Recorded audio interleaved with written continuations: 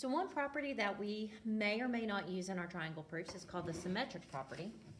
And I call this the flip-flop property.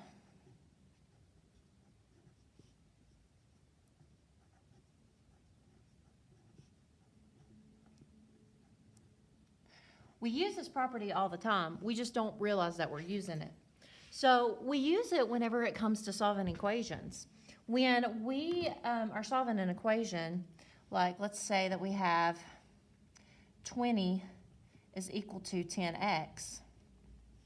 A lot of times we just immediately say, after we divide by 10, we say x is equal to 2. Well, what you've done is you've used the symmetric property when you say that. You see, you've missed a step in between here. Notice how x is on this side. And notice how the 20 is on this other side. And so when I divide both sides by 10, 20 divided by 10 is 2.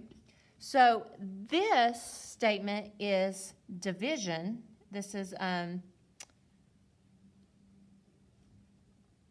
the division equality property. But then this very next statement is called your symmetric property.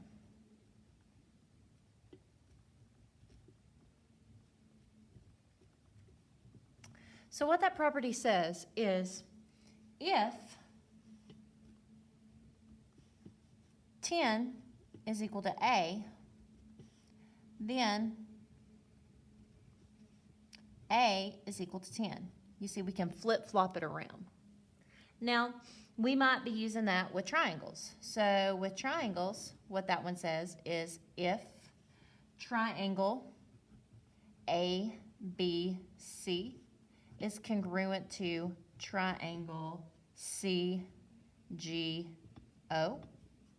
then we can flip-flop that around and say triangle CGO is congruent to triangle ABC. So that is our symmetric property. The next property, and this one's one of my favorites, is called the reflexive property. And so what the reflexive property says is, or what it is about, is it's all about triangles that either share a common side or share a common angle. So triangles that share a side or share an angle. So in this picture here, I have triangle BAC and I have triangle DAC. And so these two triangles share this common side of AC. And so what the reflexive property says is AC is congruent to AC. It's funny because I gave when I taught, 11, 12 years ago, I was teaching proofs, and they had to justify the reason. And so it was a problem similar to this. And so you had the statement written down, AC is congruent to AC, and you had to justify why.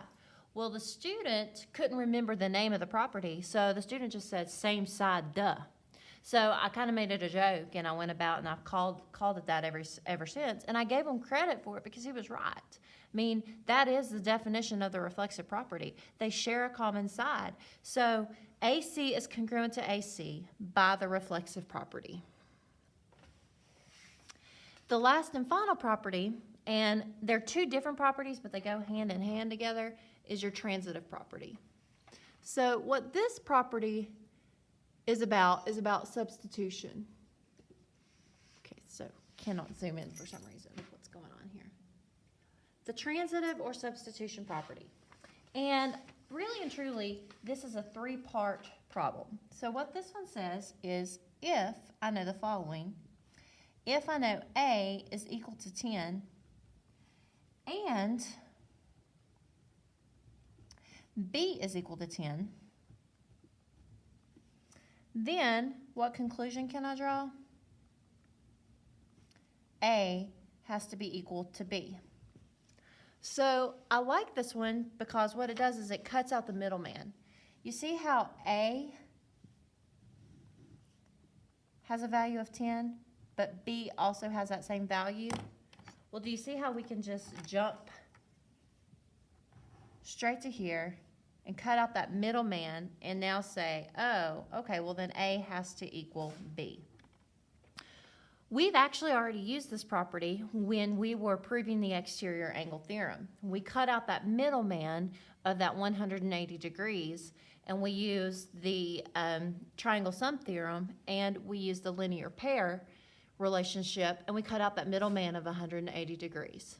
So we will be using this property also when it comes to proving triangles are congruent.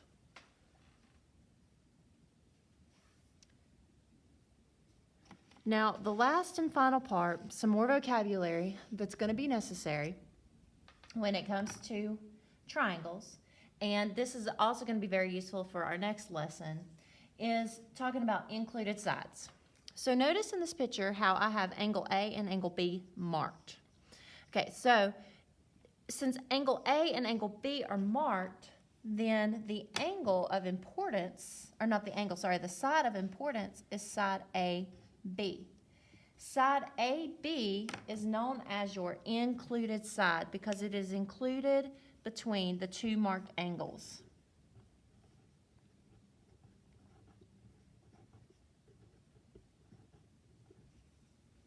So the side stuck in the middle.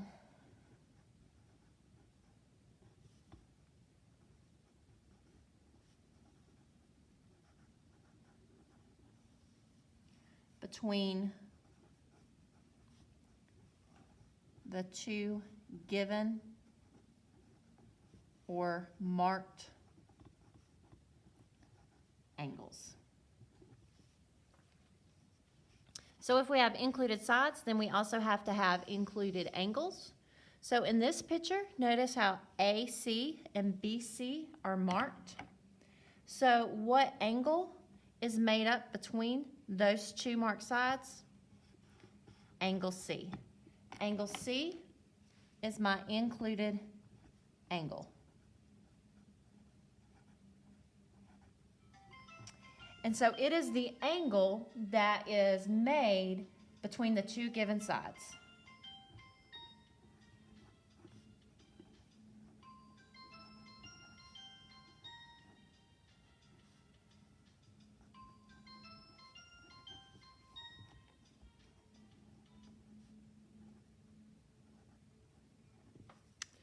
Okay, so I hope this has been helpful. Again, you're going to be using all of these vocabulary words for the next lesson when it comes to proving that triangles are congruent, and then, well, justifying why triangles are congruent, and then last, proving triangles are congruent.